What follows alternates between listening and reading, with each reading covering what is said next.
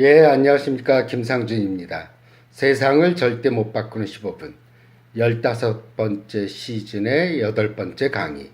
남자들이여, 옷을 벗어 던져라입니다. 제가 지난번 강의에서 너무 재미를 강요했다는 생각이 듭니다. 그래서 댓글에 꿀잼이라고 달아주셨습니다. 사실 제가 강의를 올리고 나서 저도 한번 모니터링을 하거든요. 그런데 말도 버벅거리고 사람 이름도 헷갈리고 좀 강의가 좀 느린 느낌도 들더라고요. 그래서 사실 재미가 있는 강의는 아닙니다. 하지만 마음씨 좋은 구독자들이 저 기분 좋으라고 그렇게 댓글을 달아주셨네요. 그래서 이런 생각이 들었습니다. 제 강의를 들어주시는 것만 해도 무한 감사를 올립니다. 오늘은 그리스 신화로 강의를 시작하겠습니다. 그리스 신화에서 가장 남성다운 남성이라면 헤라클레스를 꼽습니다. 사실 그는 남성다운 것이 지나쳐서 매우 거칠고 사나운 인물로 신화 속에서 그려집니다. 그런 예로는 어린 시절 음악 선생님이었던 리누스가 악기를 제대로 다루지 못한다고 야단을 치자 그는 화를 참지 못해서 그 악기로 스승의 머리를 내리쳐 죽게 했습니다. 진짜 폐륜하죠. 또한 그는 젊은 시절 메가레우스 공주와 결혼을 했지만 술을 과하게 먹는 바람에 격분해서 아내와 세 아이를 자기 손으로 죽여버리고 맙니다. 영웅치고는 흠집이 많은 영웅이죠. 또 적과의 결투에서도 그는 어떤 타협도 벌이지 않고 앞을 가로막는 적을 잔인하게 죽여버리고 맙니다. 그런 면에서 그는 마치 영화 속에 람보라는 영화 있었죠. 람보와 비슷한 이미지를 가지고 있습니다. 람보는 어떤 임무가 주어지더라도 거칠고 난폭한 방법으로 베트남의 정글과 아프가니스탄의 내전 현장을 뛰어다니면서 앞에 놓인 적을 전멸시키기 때문이죠. 람보가 불가능한 임무를 항상 수행하듯이 헤라클레스도 미케네의 왕인 에우리스테우스로부터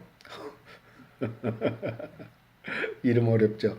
에우리스테우스로부터 12가지 임무를 부여받게 됩니다. 모두 인간의 능력으로는 해결할 수 없는 것들이죠. 사나운 사자를 힘센 팔로 목을 졸라 죽이기도 하고 스팀팔로스 호수에 사는 무서운 새떼를 퇴치하기도 합니다. 이게 12가지 과업 중에 들어가 있죠. 이 오지랖이 넓은 헤라클레스는 친구의 아내가 죽었다는 것을 알고 저승의 신인 하데스가 지배하는 곳까지 내려가서 죽은 자를 살려내기까지 합니다.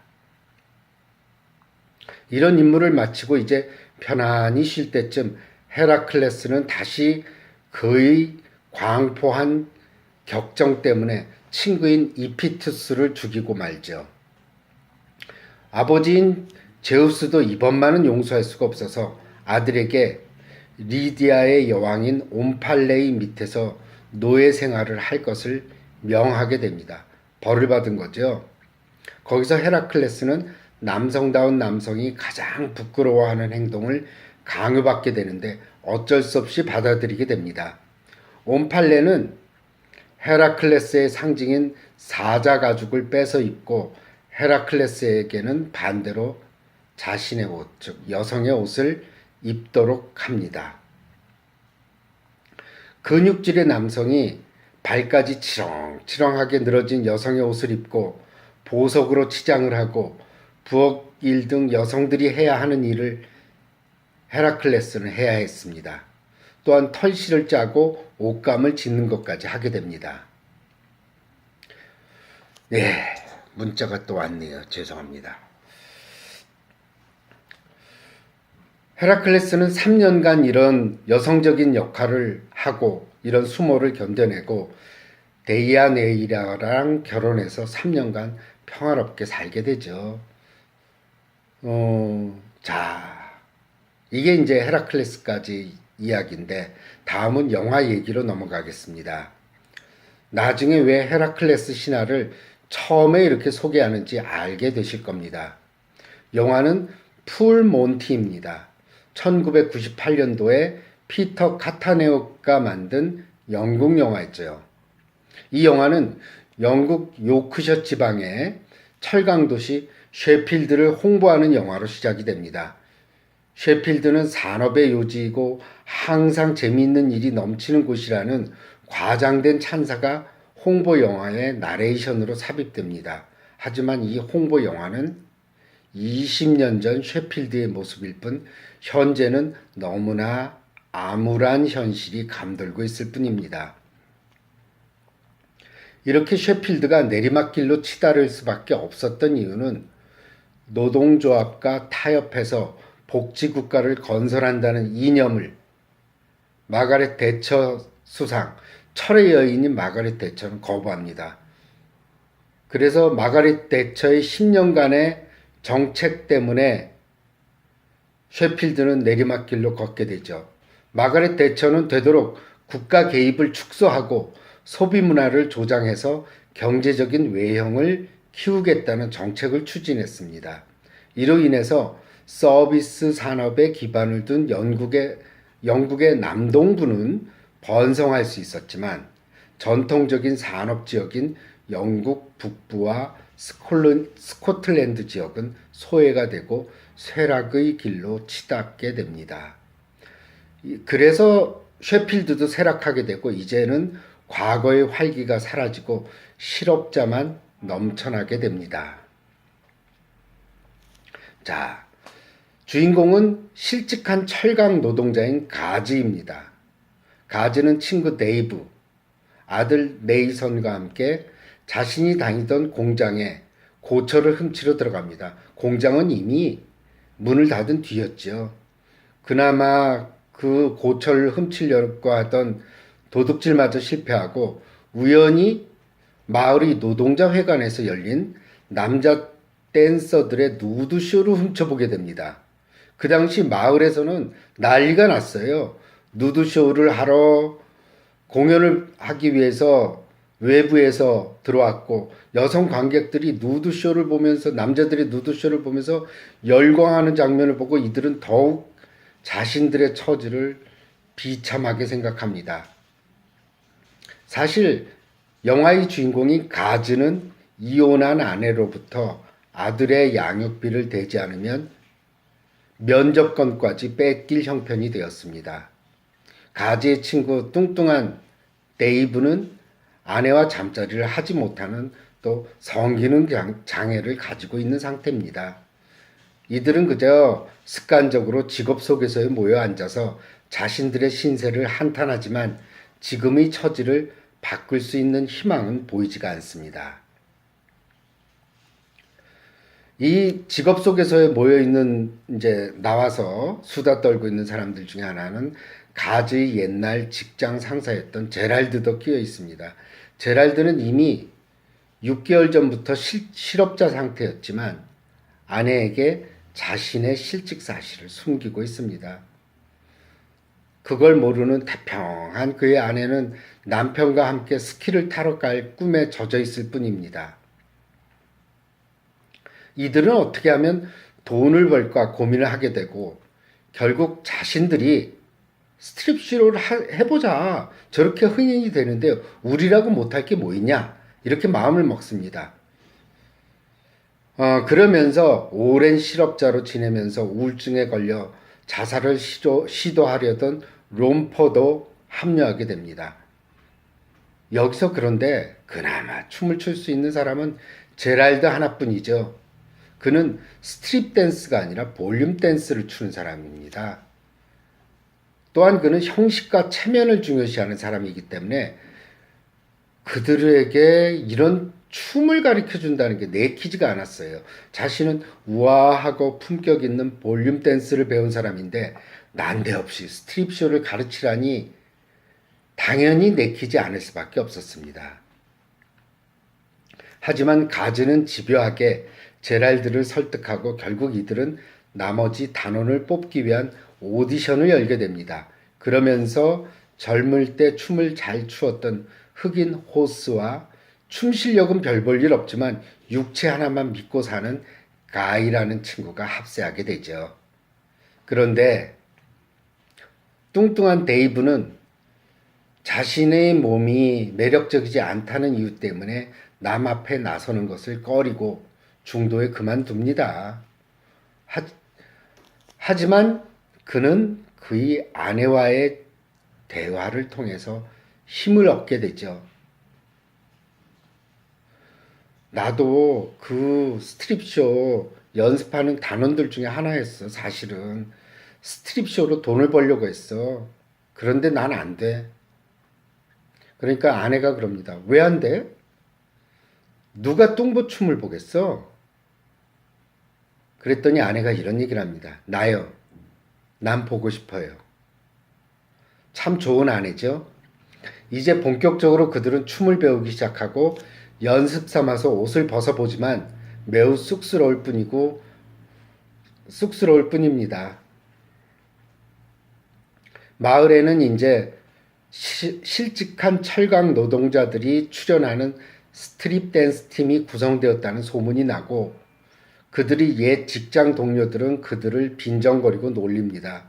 그럼에도 불구하고 그들은 열심히 스트립쇼를 공연하기 위한 준비를 하게 되죠. 그런데 이들이 마지막으로 텅 빈 철강 공장 안에서 리허설을 벌이는데 모두 풍기물난 채로 잡혀가지만 그래도 운 좋게 풀려나게 됩니다. 그 와중에 춤을 배우다 서로 친해진 롬퍼와 가이는 서로에게 동성애의 감정을 느끼게 되죠. 이런 소동 속에 공연 날은 결국 다가오게 됩니다. 이때 이제 이미 주사위는 던져진 상태죠. 모두 무대에 나갈 준비를 하지만 가장 적극적이었던 주인공인 가즈가 제일 망설이는 모습을 보입니다. 왜냐하면 여자 관객이 문제가 아니라 남자 관객이 문제였던 거죠. 분명 옛날 직장 동료들이 자신을 조롱하고 놀릴 걸 생각하니까 무대에 올라갈 엄두가 나지 않은 겁니다. 단원은 이미 무대에 올라서고 난 후고 얼마 지나고 나서야 끝까지 그래도 내가 책임을 져야 하겠다는 생각에 또 아들의 설득에 가즈는 무대에 등장합니다. 그들은 모두 벌거벗었고 관객들은 환호를 하고 그들의 춤에 박수를 보냅니다. 이게 이제 영화의 줄거리죠. 여성이 말이에요. 의료계, 법조계, 과학 분야 등 과거 남성이 독점하던 직업에 많이 진출했다고 하지만 철강 산업은 여전히 여성들이 진출하는 데 어려움이 있습니다. 철강 산업은 노동 집약적인 기반을 가지고 있기 때문에 남성의 육체적인 힘을 필요로 하고 노동 강도가 높기 때문이죠. 따라서 철강 산업은 어떤 면에서 남성에게 남겨진 마지막 독점적인 영역 또는 남성성 자체를 의미합니다. 과거 이제 셰필드가 철강 산업으로 번영을 누리던 도시였다고 말씀드렸는데 그 이면에는 남성의 힘이 그만큼 많이 필요했고 이때 남성들은 자신의 성에 대한 자부심을 가졌을 겁니다. 그러나 철강 산업의 붕괴로 몰락한 셰필드라는 도시의 이미지는 이제 힘을 잃게 된 현대 사회의 남성성을 상징하죠. 남성들이 가진 육체적인 힘을 필요로 하는 곳이 적어지게 된다면 남성들은 이제 여성과 나은 점이 없죠. 자신의 성에 대한 자부심도 가질 수가 없습니다. 현대 사회가 지금 그대로 흘러가고 있죠. 여자가 서서 오줌을 누면 남자는 이제 다 끝난 거야. 이제 남자의 유전자는 변할 거야. 그리고 남자는 사라질 거야. 어쩌면 동물원에나 남아있겠지. 이용 가치가 없으니까 공룡처럼 사라지는 거지. 가즈와 데이브가 몰래 훔쳐본 스트립쇼장의 화장실에서 한 여자가 장난스럽게 앉아서가 아니라 서서 오줌을 누는 것을 보고 난 후에 직업 소개서에서 나눈 대화 내용입니다. 굉장히 자조적인 이야기죠. 이 대화는 바로 현대 남성들이 갖고 있는 정체감의 혼란뿐 아니라 경쟁사회에서 탈락한 남성들의 위기의식을 반영한다고 볼 수 있습니다. 남성이 사회의 중심이고 여성은 하위 집단으로 복종할 때, 그 과거의 가부장적인 시대 말이에요. 남성들은 자신의 문제를 보지 않았습니다. 항상 남성은 모든 것이 옳고 여성의 모든 부분은 부정되었습니다. 그러다가 현대에 들어와서 남성성의 위기가 닥치고 가부장제가 흔들리기 시작하면서 남성들도 새로운 자각을 하게 됩니다. 바로 남성 중심의 사회 또는 가부장제의 가장 큰 희생자는 여성이었지만 또한 남성도 예외일 수 없다는 점을 알게 된 거죠. 남성 중심으로 오랜 세월이 흐르다 보니까 습관적으로 여성의 역할이 과소평가되었듯이 남성의 역할은 너무 과대평가되었다는 겁니다.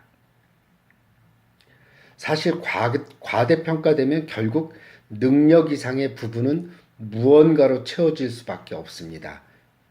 거짓말, 허풍, 허세, 폭력적인 자기주장, 상대방에 대한 평가절하, 비밀 등입니다. 이런 것들이 바로 남성들이 과대평가되어 온 것을 메워온 것들이죠. 그러니까 남성들이 허세를 부리고 남성답게 보이려고 애쓰고 그 다음에 좀 더 다른 남성보다 더 우위에 서려고 하고 여성들과 관계에서도 더 나은 존재라는 것을 나타내기 위해서 남성들은 꽁꽁 자기 감정들을 숨겨오고 억압했던 겁니다. 이런 방법들을 통해서 남성들은 고대부터 자신의 왕국을 건설해 왔던 겁니다. 그런데 현대에 들어와서 이 왕국이 무너지면서 이런 베일은 거치고 남성 중심의 사회가 여성뿐 아니라 어떻게 남성 자신에게 피해를 끼쳤는지 조금씩 드러나기 시작했고 남성들도 피해자였다는 것을 알게 됩니다. 그런 면에서 풀몬티에 등장하는 6명의 주인공은 남성 중심의 사회라는 거품이 거치고 난 후 남성들이 어떻게 또 가부장제에서 상처를 받았는지 보여주고 있습니다. 주인공인 가즈는 이혼한 상태에서 자녀 양육권마저 뺏긴 상태입니다.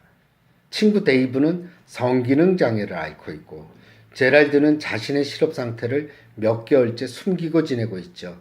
이들 3명의 문제가 현재 남성들이 겪고 있는 문제를 가장 대표적으로 보이고 있다고 할 수 있습니다.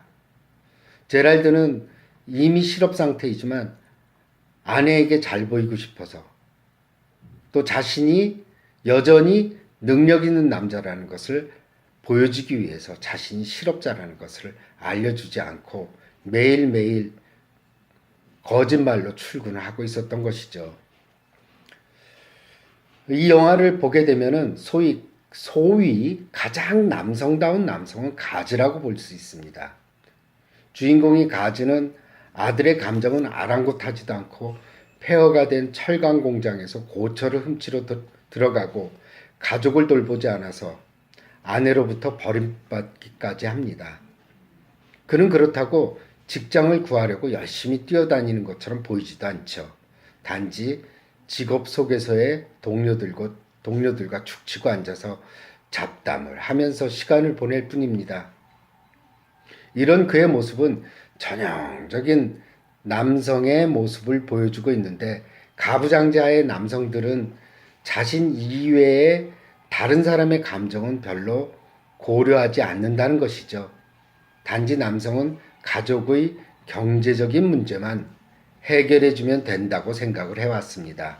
그러다 보니 가정은 남성에게 직장에서 지친 몸을 이끌고 들어가 잠을 자는 곳이라는 의미 이상은 없게 된 겁니다.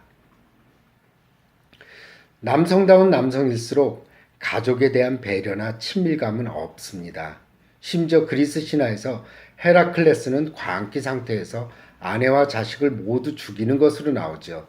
이것은 가부장제에서 흔히 생기는 남성들의 친밀한 가족관계의 상실을 상징하고 있습니다. 또한 과거 남성에게 가정은 그리 중요한 것이 아니었습니다. 그저 외적으로 성공을 하기만 하면 됐습니다. 따라서 가장 남성적인 모습을 보여준 필통이 떨어졌네요. 그래도 계속합니다. 저는 가장 남성적인 모습을 보여준다는 서부 영화를 보면 주인공은 악당을 물리친 후 사랑하는 여인이 그를 붙잡아도 뿌리치고 외롭게 말을 타고 떠나는 것으로 나오게 됩니다. 어느 한 곳에 머물러서 가정을 이끌어 나간다는 것은 남자다운 것이 아니라고 생각했기 때문이죠. 왜냐하면 여성과 오랫동안 친밀한 관계를 맺을 수 있는 감정을 가지고 있지 못하기 때문이었습니다. 그래서 말을 타고 떠나는 카우보이의 뒷모습은 항상 외로울 수밖에 없습니다. 이제 남성 중심의 사회에서 남성다운 남성의 설 자리가 없어지면서 버림받는 남성들이 늘어나기 시작했습니다. 그동안 경제력이 남성에게 집중되었을 때 다른 가족들은 숨을 죽이고 참고 지내왔습니다. 하지만 여성이 경제력을 가지게 되고 그렇다고 가족과 친밀한 유대관계가 없는 남성들은 그렇게 가지게 되니까 어때요? 가족과 친밀한 유대관계가 없는 남성들은 결국 어때? 가족 밖으로 추방될 수밖에 없는 것이었습니다. 하지만 가부장제하에서 어린 시절부터 감정적인 기능을 키우는 것에 소홀히 하며 자란 남성들이 갑작스럽게 가족과 감정적인 친밀함이 갑자기 생길 리가 없죠. 가제는 그래서 가정에서 쫓겨난 채 돈을 벌기 위해 스트립쇼까지 하려고 한 겁니다. 그에게 남아있는 끈은 이제 아들밖에 남아있지 않기 때문이죠. 그는 이 끈을 붙잡기 위해서 남성 사회에서 매장될 각오를 하고 있습니다. 즉 동료로부터 조롱과 멸시를 당할 각오라고 스트립쇼에 나가려고 하는 거죠. 그나마 이제 가족과 친밀한 관계를 맺으려고 하는 그런 시도입니다. 헤라클레스가 말이에요. 신화에서 안티오페라는 여자의 혁대를 가져오기 위해 치른 대가는 수십 명의 여성과 상대하는 것이었습니다. 이 이야기는 남성들이 가지고 있는 성적인 능력에 대한 환상을 과장되게 표현하고 있습니다. 또한 남성다운 남성의 필수적인 요소는 바로 성적인 능력이라는 점도 나타내고 있죠. 그리스 신화를 보면은 참 엽기적이에요. 사람을 토막살이라는 장면도 나오고 무슨 50명의 여성과 관계를 맺는 것도 나오고 근친상간도 나오고 하지만 이런 인간에게서 벌어질 수 있는 모든 것들이 다 나타나기 때문에 그리스 신화는 매력적인 것 같습니다. 자, 가제의 친구인 데이브는 아내와 성관계를 갖지 못하죠. 그로 인해서 항상 열등감에 사로잡혀 있고 매사에 자신감이 없습니다. 남성들에게 성적인 불능 상태는 치명적인 결함으로 인정하고 어떤 면에서는 죽음처럼 받아들이기 때문이죠. 남성의 남성성, 즉 성적인 능력은 자신의 자부심, 두려움, 분노, 미움, 역겨움의 감정이 숨겨져 있습니다. 왜 남성은 성적인 능력을 통해서 그런 것을 느껴왔을까요? 이유는 이런 감정을 느껴야 할 기관이 가슴이어야 되는데 그 가슴이, 즉 심장이, 감정이 어린 시절부터 퇴화되었기 때문입니다. 어릴 때부터 남성은 다른 사람과의 공감 능력보다는 어떻게 다른 남성을 따돌리고 이길 수 있어야 하는지 교육받아 왔습니다. 또 사회적인 성취를 위해서 지적 능력은 필수적입니다. 따라서 남성에게 제일 중요한 것은 머리와 성적인 능력뿐이지 심장 또는 가슴, 감정은 중요치 않았습니다. 즉 가슴은 배제된 채 머리로 생각하고 성적인 능력으로 감정을 느끼게 되는 기형적인 모습으로 남성은 성장하게 된 겁니다. 하지만 남성의 성적인 능력은 외부 세계와의 관계에만 집중이 되어 있습니다. 어떻게 하면 여성을 만족시킬 수 있을까?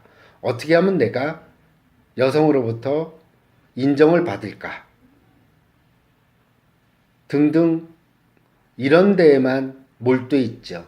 그러다 보니 자신의 감정은 소외될 수밖에 없습니다. 남성은 인간이라면 가지고 있는 두려움, 불안, 외로움의 감정은 점점 표현되지 못하고 쌓이게 되고 억압됩니다. 또한 이런 감정은 남성이 가져서는 안 된다고 교육받아 왔습니다. 남성은 항상 강해야 하는데 이런 약한 감정은 여성적인 측면이라고 배워왔기 때문이죠.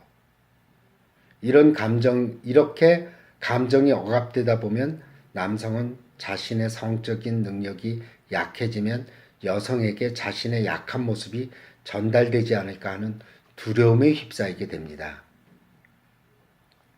자, 제랄드의 얘기로 들어가죠. 제랄드는 아내에게 자신의 실직을 숨겼던 사람입니다.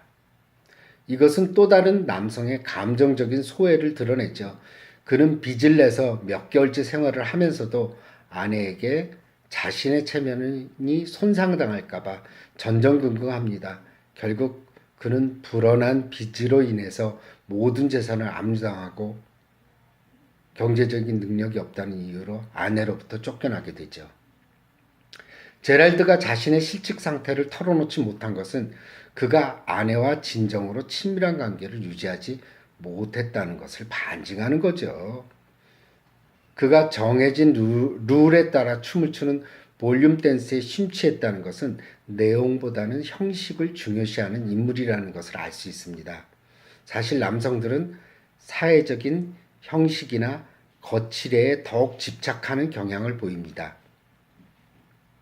왜냐하면 남성들은 어린 시절부터 사회적인 지위, 학력, 직업, 명예를 얻어야 성공한 삶을 살 수 있다고 배웠기 때문이죠. 따라서 사회적인 직함을 떼놓고 남성을 이야기할 수가 없습니다. 그리고 이런 사회적으로 정한 지위나 계급이 박탈되는 실직 상태는 곧 남성에게 이 세상에 존재하지 않는 아무것도 아닌 별 볼 일 없는 상태가 되는 겁니다. 즉 별 볼 일 없는 존재로 추락하는 게 남성이죠. 남성들은 지금 어떤 일을 하고 있는가, 어떤 직업을 가지고 있는가로 사회에서 평가받지 그가 누구인가로 평가받지 못하기 때문입니다. 특히 형식을 중요시하는 제랄드에게 실직은 더욱 치명적일 수밖에 없습니다.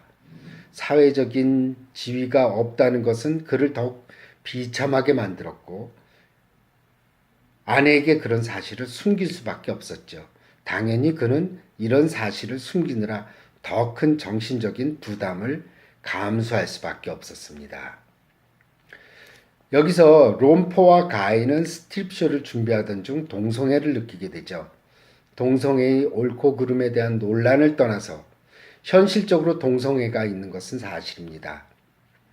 또한 동성애가 사회적으로 많은 비난과 불이익을 받는 것임에도 불구하고 고대로부터 존재하고 있다는 것은 사실이고 동성애는 후천적인 것이 아니라 선천적인 것입니다. 사람들의 특성은 말이에요. 절대적으로 사회적인 지위가 하락하거나 불이익을 받는 그런 집단에 일부러 소속될 이유가 전혀 없거든요. 그럼에도 불구하고 그런 집단, 성적 소수자에 속한다는 건 뭐예요? 동성애는 선천적으로 타고난 개인의 기질적인 경향으로 보는 게 맞다는 거죠. 동성애에 대한 비난은 여성보다는 남성, 특히 남자다운 남자들로부터 받는 게 가장 심하죠. 남자의 권위를 추락시키는 가장 더럽고 추악한 행위라고 규정지었고 많은 동성애자들이 고통을 당한 것도 사실입니다. 사실 그동안 남성들은 동성애라는 사실 때문에 같은 남성 또는 같은 인간이라는 동료의식을 잊게 만들었습니다. 많은 사람들이 그런 사실을 잊어버렸죠. 성의 취향이 다르다고 해서 지나치게 매도하고 탄압을 가한 건 사실입니다. 브루크백 마운틴에서도 주인공이 동성애자라는 사실 때문에 죽잖아요. 어쩌면 영화 속의 동성애는 실제의 동성애가 아니라 항상 경쟁만 해야 했던 같은 남성을 진정한 동료로 받아들인다는 의미일 수도 있다고 저는 생각합니다. 헤라클레스가 용맹함을 상징하는 사자 가죽을 벗고 여성의 옷을 갈아입었을 때 드디어 그는 무의미한 모험에서 벗어날 수 있었습니다. 바로 남성다움을 벗고 여성적인 부분과 동화할 수 있었기 때문이죠. 그렇게 여성적인 부분과 동화했기 때문에 그는 그의 지나친 남성성이 진정되고 아내와 3년간 평화롭게 살 수 있었죠. 사실 헤라클레스의 모험은 애처롭기 짝이 없었습니다. 모든 남성들이 그렇듯이 사회가 준 임무만을 수행하기 위해 자신의 목숨을 건 모험을 해야 했고 임무가 끝나면 다른 임무가 또 주어지는 쳇바퀴 같은 인생을 살아야 했기 때문이죠. 그래서 온팔레는 헤라클레스에게 여성적인 일을 시킴으로써 남성다움으로 인한 상처를 치유해 주고자 했던 것입니다. 그런 면에서 6명의 남성들이 스트립쇼를 한다는 것은 이제 자신의 모든 옷을 벗어야 한다는 것이다. 즉 벗어야 한다는 것입니다. 얘기하다 막 반말도 안 해. 이거 강의가 그냥 막 가는 거네요. 원고가 반말로 써져 있어서 여기서 옷은 페르조나를 상징합니다. 남자들이 가지고 있는 남자다움, 체면, 성적인 능력에 대한 집착, 허세와 권위를 모두 벗는다는 것. 그 옷을 벗는다는 게 이런 것들을 벗는다는 걸 의미하죠. 물론 이들이 이런 페르조나를 벗는 데는 여러 가지 어려움이 많이 있었습니다. 인간이 어느 순간 페르조나를 벗게 되면 자신이 도대체 무엇인가 하는 두려움에 빠지기 때문입니다. 또한 가장 두려운 것은 자신의 육체를 보게 될 여성이 아니라 동료 남성들의 시선이 제일 두려운 것도 사실이었죠. 동료 남성들에게 받게 될 질시와 경멸, 사회적인 고립이 이들에게는 제일 큰 장애물이었습니다. 그래서 가즈는 스트립쇼를 보러 온 관객 중에 남자들이 많다는 것을 알고 있죠. 또한 헤라클레스가 여성의 옷을 입고 3년 동안 지냈듯이 그들은 빨간색 팬티로 바꿔 입습니다. 그리고 하나하나 스트립쇼를 하면서 무대에서 말이에요. 옷을 벗어버림으로써 그들은 통쾌한 감정을 느끼게 됩니다.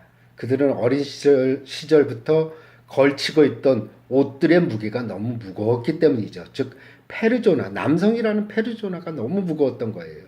이 옷은 남성들을 짓눌렀으며 그들에게 제일 필요했던 감정을 억압하고 헤라클레스의 사자 가죽 뒤에 숨어있어 항상 용감한 척했던 그런 감정과 똑같다는 것이죠. 그래서 어설픈 스트립 댄서들은 무대에 올라서 과거 노동운동의 상징이었던 붉은 깃발 대신 입은 빨간 팬티마저 벗어던지고 알몸으로 관객과 마주서게 됩니다. 이때 여성들은 그들에게 환호를 하고 박수를 보냅니다. 왜 그러냐 하면 남성다움이라는 허세를 벗은 진정한 한 인간을 볼 수 있었기 때문입니다. 또한 다른 남성 관객들은 자신이 벗지 못한 남성다움의 무게를 벗어버린 동료에게 대리 만족을 느꼈기 때문에 그들도 그들의 감정을 이해하고 박수를 쳤던 겁니다. 그래서 이 영화는 지나치게 남성답고 권위적이고 그런 분들에게 권하고 싶고, 또한 청소년들에게도 이 영화를 권하고 싶습니다. 또한 여성들도 마찬가지입니다.